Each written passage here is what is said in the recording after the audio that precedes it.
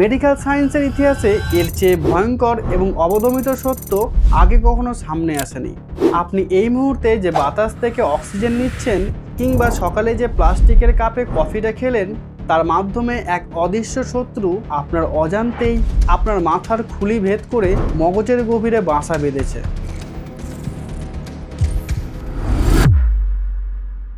Hello everyone, এরূপ প্রগতি চ্যানেলে আপনাদের স্বাগতম। আজকে আমরা জানব মস্তিষ্কে প্লাস্টিকের ক্ষতিকর প্রভাব ও তার কারণ সম্বন্ধে। তার আগে প্লিজ চ্যানেলটি সাবস্ক্রাইব করে পাশে থাকবেন। 2026 সালের এপ্রিল মাসে প্রকাশিত একটি আন্তর্জাতিক সমীক্ষা পুরো পৃথিবীর নিউরোলজিস্টদের মেরুদণ্ড কাঁপিয়ে দিয়েছে। গবেষকরা 191টি মানব মস্তিষ্কের টিস্যু পরীক্ষা করে তার মধ্যে 99.4% নমুনায় প্লাস্টিকের ক্ষুদ্রাতি ক্ষুদ্র ন্যানোকণার উপস্থিতি পেয়েছেন। আরও ভয়ের ব্যাপার হলো 2016 সালের নমুনার তুলনায় 2024 সালের মগজে প্লাস্টিক জমার পরিমাণ প্রায় 50% বেড়েছে। কিন্তু আমাদের রক্তে থাকা যে সুরক্ষা দেওয়াল বিষাক্ত উপাদানকে মগজে ঢুকতে বাধা দেয়, প্লাস্টিক তাকে ফাঁকি দিল কিভাবে? বিজ্ঞানীরা একে বলছেন ক্যারিয়ার ইফেক্ট বা কেমিক্যাল মিমিক্রি। এই ন্যানোপ্লাস্টিকগুলো আমাদের শরীরের প্রয়োজনীয় ফ্যাটি অ্যাসিডের ছদ্মবেশ ধারণ করে মগজের প্রধান ফটককে বোকা বানিয়ে দেয়। এরপর এরা সরাসরি আঘাত করে আমাদের নিউরনে, যার চূড়ান্ত পরিণতি অল্প বয়সেই স্মৃতিশক্তির হ্রাস এবং আলঝেইমার্সের মতো মারাত্মক মস্তিষ্কের রোগ। যে প্লাস্টিক আজ মানুষের মগজ দখল করছে, তার উৎস কিন্তু আমাদের এই চেনা পৃথিবী। প্রতি বছর বিশ্বজুড়ে 440 বিলিয়নেরও বেশি মেট্রিক টন প্লাস্টিক তৈরি হচ্ছে, যার মধ্যে প্রায় 80 লক্ষ টন সরাসরি গিয়ে মিশছে আমাদের সাগরে। স্যাটেলাইট ডেটা এবং সাম্প্রতিক পরিবেশগত সমীক্ষা দেখাচ্ছে পৃথিবীর মাত্র 10টি নদী দিয়ে সমুদ্রের 90% প্লাস্টিক প্রবাহিত হয়, যার বেশিরভাগই দক্ষিণ পূর্ব এশিয়া এবং আফ্রিকার উন্নয়নশীল দেশগুলোর বুক চিরে বয়ে গেছে। কিন্তু এই ময়লার আসল উৎপাদনকারী কারা? উন্নত বিশ্ব তাদের মিলিয়ন মিলিয়ন টন প্লাস্টিক বর্জ্য আইনি ফোকর বলে এই অঞ্চলের দেশগুলোকে ডাম্প করছে। প্লাস্টিক শুধুমাত্র একটি পরিবেশগত বিপর্যয় নয়, এটি মূলত একটি নোংরা আন্তর্জাতিক রাজনীতি। কেনিয়ার নাইরোবিতে 175টি দেশ একত্রিত হয়ে একটি ঐতিহাসিক শপথ নিয়েছিল একটি গ্লোবাল প্লাস্টিক চুক্তি স্বাক্ষর করার। কিন্তু বাস্তবতা হলো 2026 সালের ফেব্রুয়ারি মাসে জেনেভায় অনুষ্ঠিত সর্বশেষ INC 5.3 বৈঠকটিও কোনো চূড়ান্ত চুক্তিতে পৌঁছাতে পারেনি।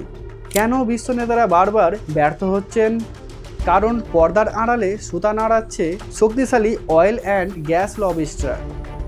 জীবাশ্ম জ্বালানি বা ফসিল ফুয়েল উৎপাদনকারী দেশগুলো এবং বহুজাতিক তেল জায়ান্টরা প্লাস্টিকের উৎপাদন কমানোর কড়া বিরোধী। তারা রাজনৈতিক প্রভাব এবং কোটি কোটি ডলারের ফান্ডিং খাটিয়ে আন্তর্জাতিক চুক্তিগুলোকে বছরের পর বছর আটকে রাখছে, শুধু নিজেদের বিলিয়ন ডলারের পেট্রোকেমিক্যাল সাম্রাজ্য টিকিয়ে রাখতে।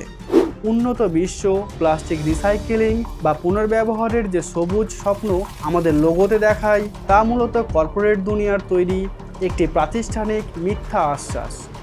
বৈশ্বিক সমীক্ষা বলছে পৃথিবীতে উৎপাদিত মোট প্লাস্টিকের মাত্র 9% কার্যকরভাবে রিসাইকেল করা সম্ভব হয়।